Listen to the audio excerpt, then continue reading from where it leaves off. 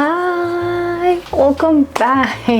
It has been a minute. My hair is short now. It has grown out since even cutting it. We're doing a realistic what I read in a week. I'm currently reading, I started last night, Fireborn by Rosaria Munda. I am trying to really read down my physical TBR bookshelf. And so this one is all about two characters, but there's actually a lot of characters that I had to write down in this notebook to kind of keep up with what's going on. There's tons of world building. Honestly, pretty good so far. Annie and Lee are the two POVs that we get in this book, and Annie and Lee are both orphans, and they grow up in the age of the rebellion, that post-rebellion that had threw the royal family off of, or I guess the royal families off of the throne, and they were called like the Dragonborn, and they were the only people, like unless you were born into royalty, you were the only people allowed to have control of the dragons in the world. One of the things that post-revolution has done is it has allowed people from any class, any social background, economic status to be able to hold that title. There's no longer kings and queens and all of those things. And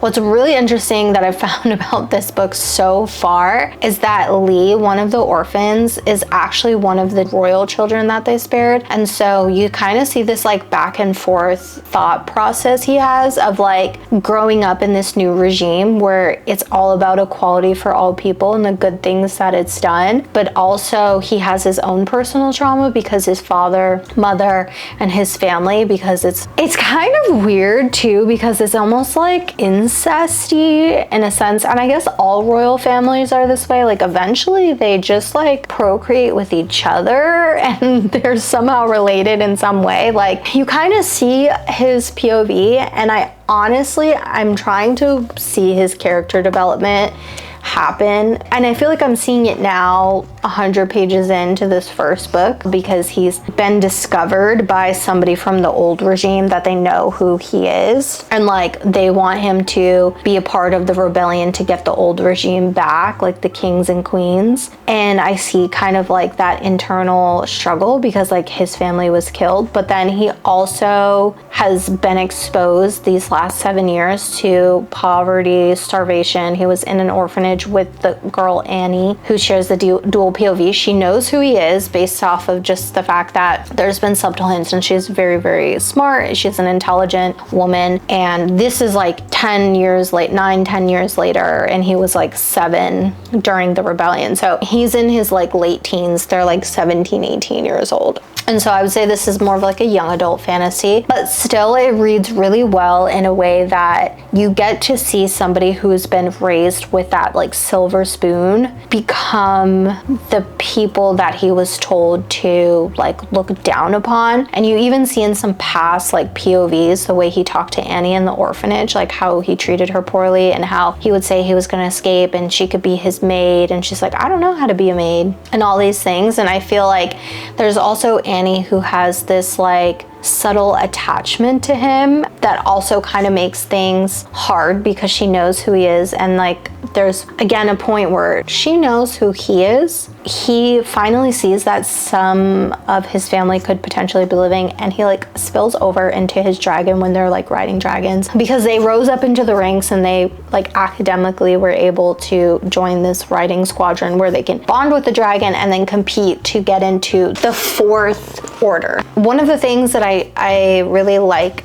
is that there's a sense of tension between Annie and Lee. Lee is not his real name. His real name is Leon, but his name in the book is Lee Sir Paler, and Annie's name is Antiguan Sir Ayla. And there's this sense of tension between them that is so hard to decipher, because Annie's family was killed in front of her by Lee's father with his dragon. And we see that the fight that they have when they were young, where Lee was sheltered from the bad things that his father and the royal families were doing, which was incinerating people who were just innocent because they could, because they like had this power that they used on innocent people and hurt them. Well, you see that in the story. There is a lot of characters in this book, and I try right now to keep note of them because I want to make sure I personally, like, I'm not just speed reading through this, like I'm actually attaining the information. What I have so far is there's Lee, who's the main character, Annie.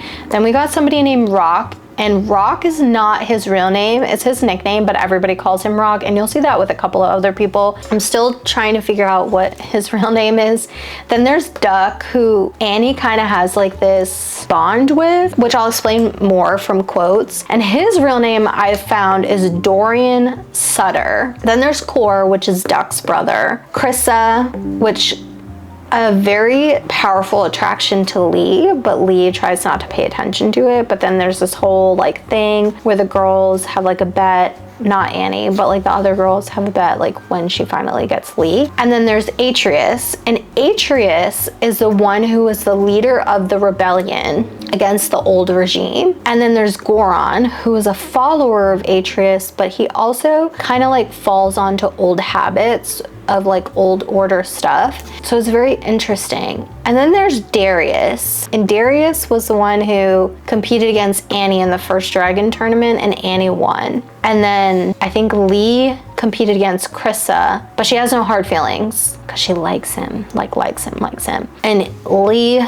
beat Krissa, and then Duck competed with Power, and Power won against Duck. And like, instead of, you were supposed to like do like kill shots, but they weren't like actually real, but Power actually made his dragon like burn Duck almost to death, but Duck's still alive. Either way, that's where we are 100 pages in. So that's why I've been trying to keep notes, because so much has happened and there's multiple languages within this. There, just like any world, there's multiple languages, there's multiple places, people, and I'm really trying to keep myself in order to like not get confused, because last night I kept having to reread some pages. That's where I'm at, 100 pages in. I'm going to keep reading here for a little bit for my lunchtime, and then I have to get back to work. So we'll do that.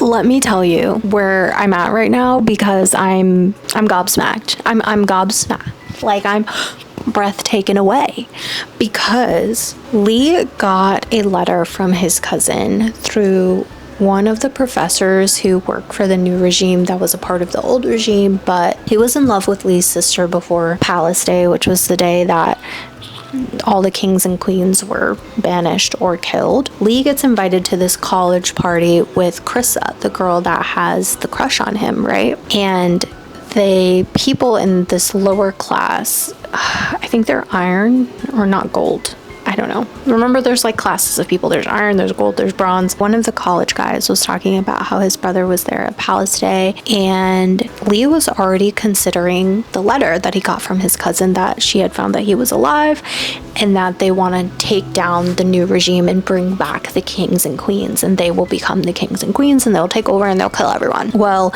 Lee was already grappling with like the good that had happened, and Annie left for Midsummer, and so Annie's kind of like his tether to this new world. Like, he sees everything that Annie's gone through and everything she's had to face to like be at his level, right? Even though he was down in the poverty level and was, you know, an orphan, but he worked his way up quickly because he had already come from, you know, the first 8-9 years of his life, a very privileged background where he was educated from a young age. He learned about dragons, training, dragon tongue, all those things that the kids now and previous generations that weren't the royal family didn't have. They weren't educated, they weren't anything, but now they have that. So he of course rose fast because he was able to play the game. All this to say, he got a letter from his cousin saying, hey, meet me Midsummer at 3 a.m. at this spot. And he burnt that letter being like, I'm not gonna go there, like that's my past life, I don't know, like I don't want to cross any boundaries. Like, he was just really struggling with the decision to go. And then because this guy at this college party and Annie's gone for Midsummer with Duck, he talks about Palace Day and what it was like, and it says, I'd appreciate her decency, but mention of Palace Day puts me past appreciating anything. I grin back at Gavin, the guy talking about Palace Day, so wide it feels like my face is splitting. Let's hear it. Tell me, Gavin, about your brother's glorious achievements on Palace Day. Again, because that's when his father and his mother and his sisters were all killed or banished. We don't know the full story because he also doesn't know, because he was taken away. Atreus had one of his men take him away, and they were sparing the children because he wasn't this cold-blooded children killer, unlike Lee's father, or Leon's father. And it says, Gavin tells me, 3 hours later, I'm in Cheapside, and that is the place where at 3 a.m. his cousin Julia, whichever, said to meet him about the old regime coming back. And I already was struggling with liking Lee's character, and I just hate him even more. And I think that's what makes me keep reading, is my hate for him. But the fact that if I only got his POV, I would have stopped reading this book. But it's the fact that we have some good in there, which is Annie, and I really hope Annie gives it to him. And that's just how I feel right now.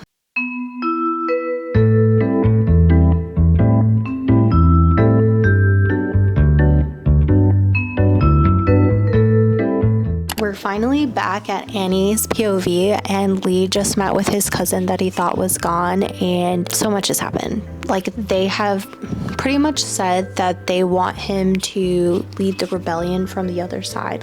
They have an insider, and he's like, Julia, I can't, please don't ask me to do that. And she's like, I know, we'll have this conversation later. We haven't seen each other in 9 years. Let's just pretend for a little while that this is not the situation I'm in, because now we also find out that she's First Rider, and First Rider in any civilization is the general, the leader of the dragons in the militia and the military, and she is that one. They've allowed women now in desperate times to become riders in the old regime, and she is now the leader. She earned her spot to be the first rider, and she is the leader of the war. And I can see this turning into a real crap show in the next 200 pages, so I will keep you updated. Happy Tuesday, I'm back, and I didn't film myself reading at all last night, but I am halfway through the book. I'm on page 242. It is Tuesday morning, 9 a.m. I just logged on to work, but I wanted to film this really quickly before I forgot and got into the thick of things for work. I wanted to share some little quotes and tabs that I have and things that I highlighted from the book so far. Some of them you won't understand unless you read the book, but some of them just speak so deeply to me. There's 2 quotes on this page from Annie, the main character. One says, sometimes I can't not fight. And as a girl who just always feels like she has to kind of prove her worth, I felt that. So she says, it's the kind of thing that can't help making you feel proud of your country, even if it turns out that your country is not so proud of you. I felt this way as a military veteran, because when I was going into the military and when I was in the military, there was just so much of this propaganda that you are the most desirable hire, people want to hire you, people care about veterans. And I feel that was a very old way of thinking. As I started to get out and look for jobs, that was the number one thing people didn't actually care about, to be honest. And I would say more than anything, it's other veterans who actually sort of care. I found, at least working in tech, I felt this because the only experience I had to really rely on was my military experience. And I just remember in so many interviews being okay, you're not unique, there's nothing unique about you. That's where I felt oh, your country is not so proud of you, because you get so ingrained in being you're the 1% of people who did this. 1% of people would not make it through this boot camp. 1% of people would not make it through these deployments or whatever, right? And then there's a quote from Lee, I watch Annie fold Duck into the kind of hug she hasn't given me since we were children. Her smile is simple, easy, happy as she looks up at him. The kind of smile, carefree, unstained by old memories that she's never given me. I turn away because I have no business feeling this sudden ache. And I'm like, ah! It almost feels like a sibling love to me, but then also like an attachment, like an anxious attachment between Annie and Lee. And I want Annie to be with Duck so badly because I feel like Duck's perfect for her. There's one more quote that I love so much, and I just realized, and it's Annie. And Annie's quotes are so good because there's so much that like I can relate to with her. And she says, "It's strange how you can fight your way to a door, even through it, without thinking about what lies on the other side." I actually need to write this quote down. I feel like this could be a whole podcast episode, a whole YouTube video, whatever you call it. Just a whole thought piece, because it is so true. I fought so hard, just going back to me, like how I can relate to Annie is like, I fought so hard to be at this point in my life, not realizing like what's on the other side of that. And then like still not being sure if this is what I want. Like that's the crazy part. Are you gonna keep fighting to go through a door and forcing a door to be open for you when in reality like that was never meant to be your door? You know what I'm saying? So good. So I'm gonna get back to work. I have quite a bit of stuff for work to do today, but I'm hoping during cardio I am gonna see if the book is on Libby. When I do my hour of cardio, I'm gonna at least try to get another like chunk of the book down, because today's Tuesday. I would like to start a new book Wednesday, finish that Friday, and then start a new book Friday, finish Sunday, so that way we can have like a whole week's worth of how much I read in a week. I will be back. Hello, I look crazy this morning, but happy Wednesday. I have a hat on because I desperately need to wash my hair. I have a meeting that starts in 15 minutes, but I am just about done with Fireborn. I'll probably finish it today during lunch. I have 110 pages left, and all I can say is that this book has definitely taken me on this really, I guess, like intrinsic ride where the quotes really hit me from Annie, and just everything that she goes through, and just watching her kind of rise up from like just being poverty and this low class to at a different stage of her life and not knowing how to interact with the people in those spaces.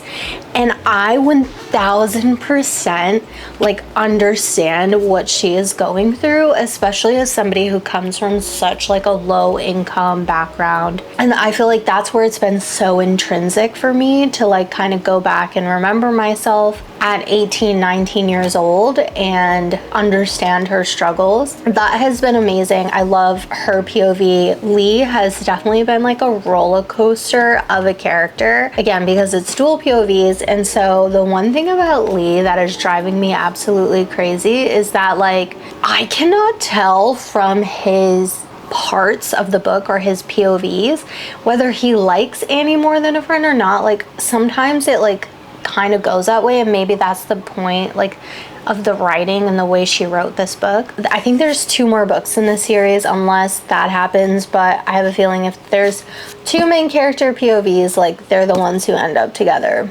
It's very fantasy book coded, right? All this to say, overall, the book has been really good, and it's definitely kind of like a fast-paced fantasy. It definitely reads young adult, but I do like that. And I think that if you're a fan, I've only read the first Fourth Wing book. I still need to read. I've read a little bit of the second one, like probably a couple chapters in earlier this year. But if you love like a Fourth Wing dragon military school like vibe with just a lot more tension and banter between characters, I feel like this is a really good one to go to. Again, I feel like it reads more young adult just because they're not in college. They're in this like military academy, even though they're college age. If you're like into that and like into the dragons, there's definitely lots of world building in here. I really had to take notes compared to Fourth Wing. I didn't really take any notes, and I feel like I should have too, because there's also so many characters and so many things. But it helped me to take notes with this book to kind of finally like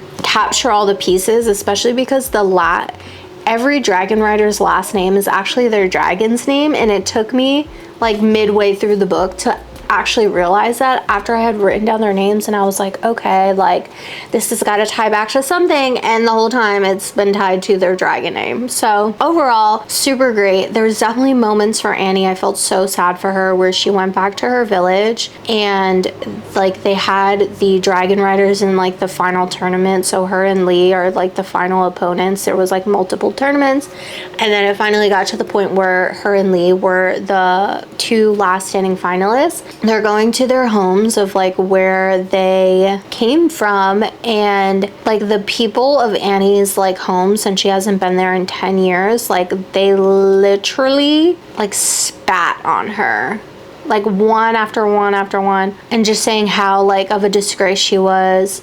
And it is sad because she's trying to overcome that past and be the reason for new light and new hope for the people of her village. All that being said, the people still have hesitations about dragons. I'm on chapter 13, the Median attack, and there's like a page here where I was like, oh my gosh, where I feel like Lee is now on the side that Annie is on, like the side of good, the side of reason. And in his mind is thinking about like his cousin did some really terrible things that will set the kingdom back, because his cousin and his family and the royal families that got banished are now trying to retake the kingdom that was finally kind of getting into a place 10 years later where they were becoming a better society that wasn't based off kings and queens, and it was more of a democracy overall.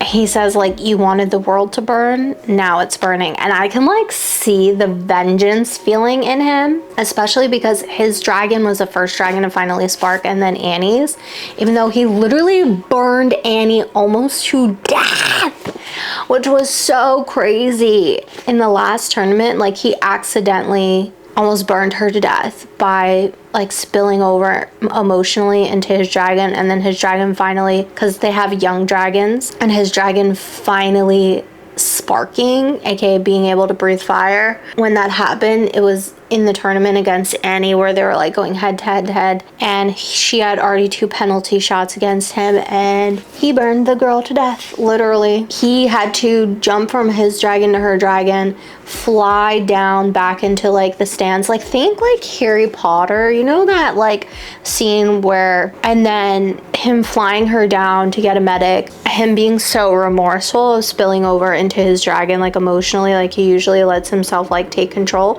but it was like his dragon that was like pushing so hard to link to him.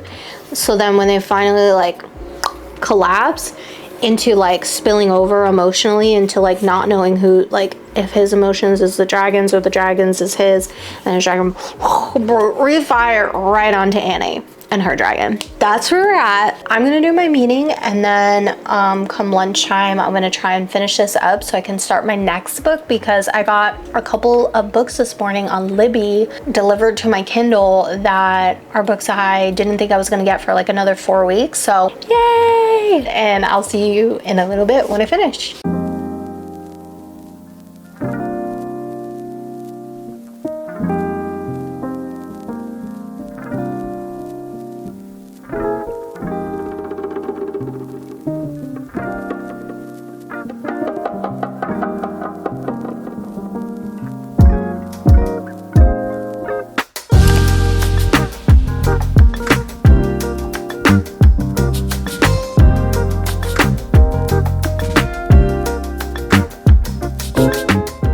I am almost done, but I need to make myself some food, and my hair looks absolutely crazy. Either way, oh my god, do you see? I only have that much more left. This book was a thick one, almost 500 pages. Okay, in the last 3 days.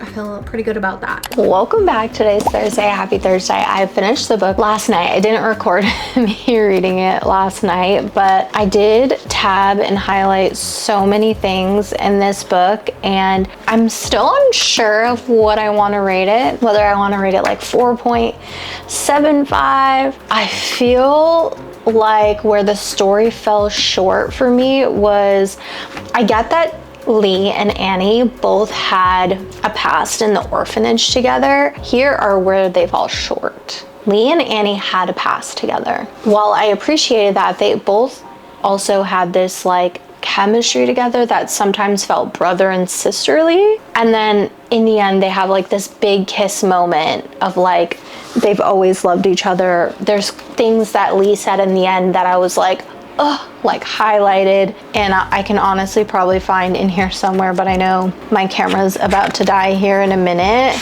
Like there's one quote that I tabbed of his where he said, "I feel a moment of such tenderness for her, it hurts. My Annie, who doesn't cry in front of people." I just think that maybe I wasn't understanding the context of the relationship. So that's why I said sometimes it flip-flopped for me. Like it felt like they were this brother and sister relationship, and then they had this chemistry that they were just avoiding. They both had a lot of trauma and there was a lot of love for each other, and that's where I was saying like at times it felt like this like found family for them. And then toward the end, when that finally became like there's a fond love for each other, just very like hidden.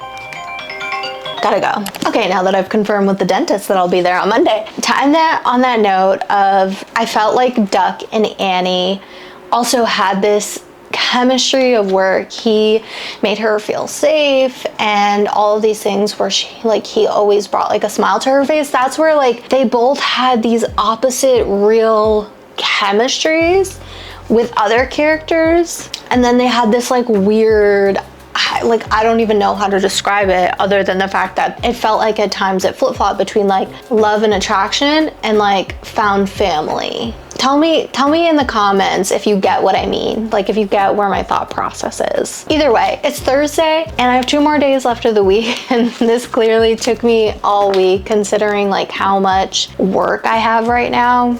And just kind of like taking breaks in between on my lunch break, in the morning when I wake up, when I'm eating, I'm reading. So I thought, why not pick another book, but we need to pick something shorter that's not like 500 pages long. If I'm gonna read it today and tomorrow and finish it and like have like a goal accomplished of at least having 2 books read during the work week, which I feel super accomplished. I've had this book on my shelf for so long. So, and then there was one more thing too from this book that I feel like I had to kind of like take a point off of. And yes, I know it's like a young adult fantasy. Reading it as an adult and then being like, okay, like a 16-year-old's not gonna be leading like a military fleet, even if it's like a famine. I just wish they aged up Annie and Lee just a little bit, like made them 20, 21, because sometimes I feel like there was a little bit of like a plot hole of like them being the fleet commanders, but then there's literally like people in the war college and like they didn't go to the war college. So like that's why I didn't give it 5 stars. Now I'm remembering, because like outside of their love stories, sometimes it felt a little bit like that was a plot hole where the world building was really great, but then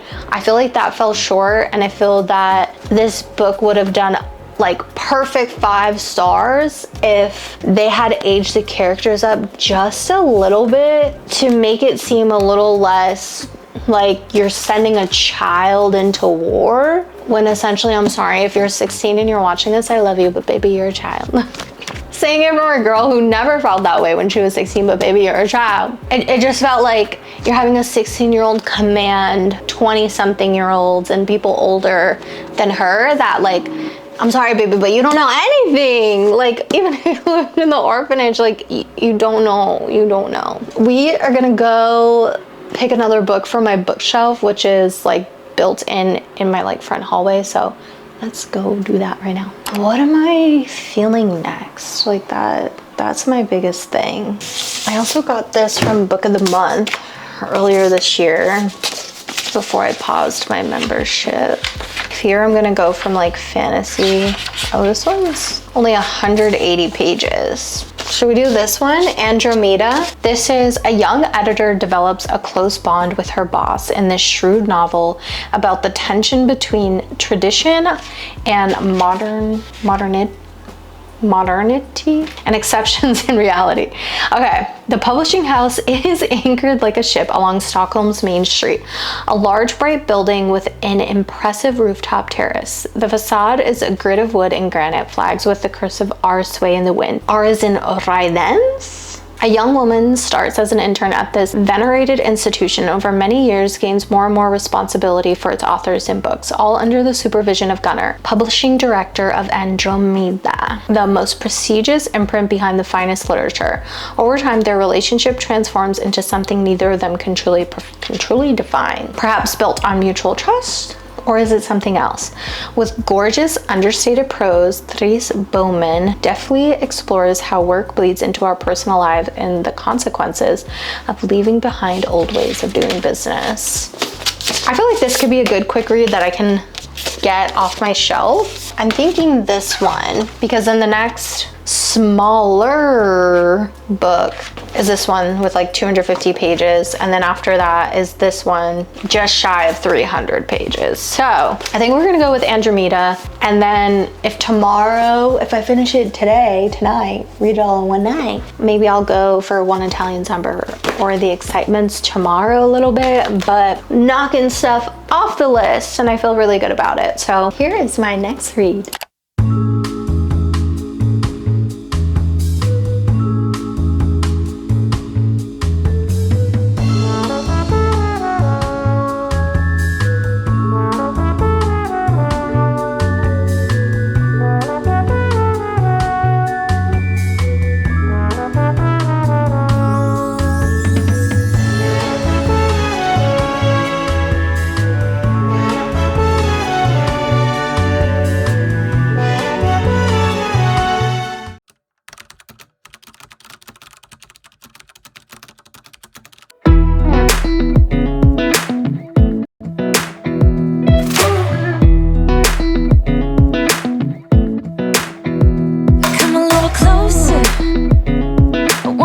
With